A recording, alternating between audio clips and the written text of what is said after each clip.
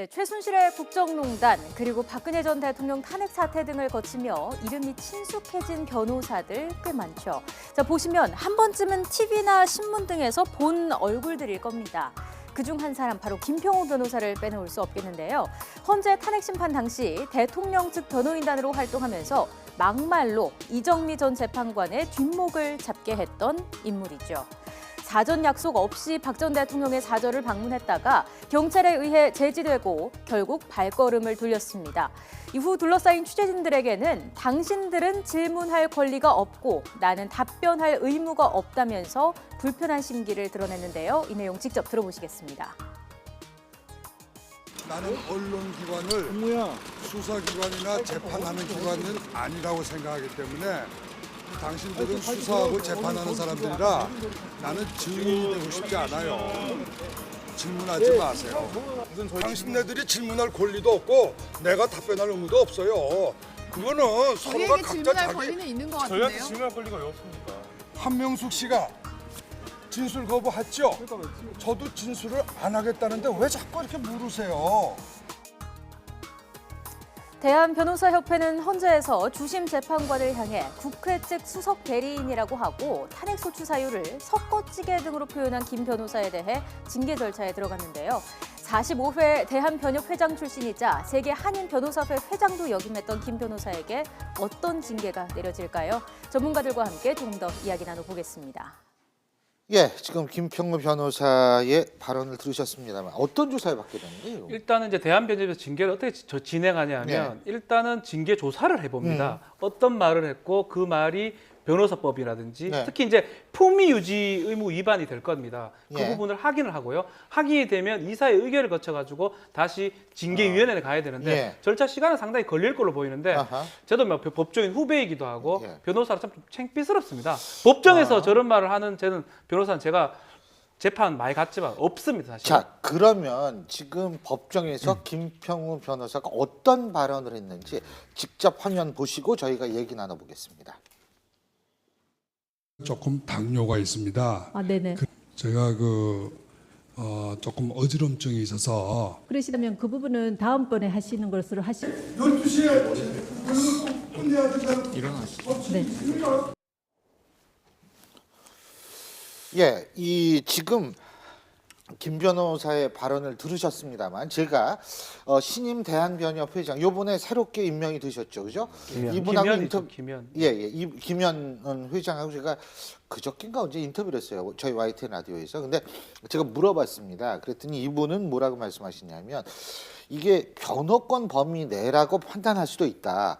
그래서 여기에 대해서 이 부분에서 징계를 했을 때에는 다른 이 변호인이 필요한 클라이언트들한테, 그러니까 그 의뢰인들한테 불이익을 줄 수도 있기 때문에 심사숙고할 수밖에 없다. 이런 얘기를 했거든요. 그 부분도 맞죠. 변호권 맞는데 범위 내다. 법정을 어떻게 생각하느냐가 중요하거든요. 변호사는 사법연수원부터 해가지고 그 부분을 배웁니다. 법대에 대한 어떤 존경심. 그게 사실 어떻게 보면 빈 법정에도 인사하는 게 그 부분인데 지금 보면 판사가 이정미 재판관이 제지를 합니다. 모욕하지 말라. 제지하고 휴정이라는 거는 법관의 전권이에요.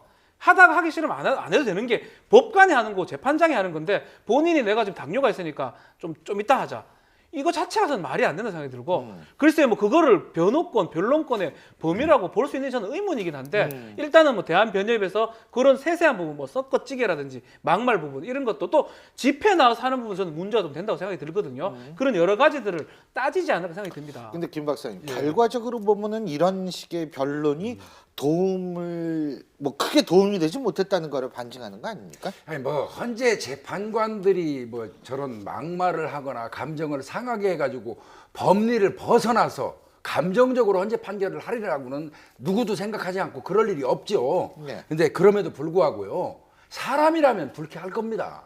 저게 어떻게 즐거울 수 있겠습니까? 그래서요, 제가 조금 전에 말씀드렸는데 저 박 변호사님 얘기하신 거 조금 부연하면 맞습니다. 12시에 변론을 꼭 끝내야 된다는 어떤 규칙이나 룰이 있느냐, 이런 걸 항의할 수 있어요, 변호사가 의뢰인을 위해서. 근데 조금 전에 말씀하신 것처럼 법대에서 변호사로서의 품위 유지를 지켜야 되는 또 의무가 있잖아요. 변호사는. 그래서 정제되고 절제된 언어를 사용하라는 겁니다. 저렇게 막말로 들리게 하면 안 된다는 거죠. 예. 근데 이제 왜 저렇게 하느냐가 궁금하지 않습니까? 근데 제가 보기에는 우선 성격적으로 상당히 외부 노출 욕구 같은 게 상당히 강한 것 같아요.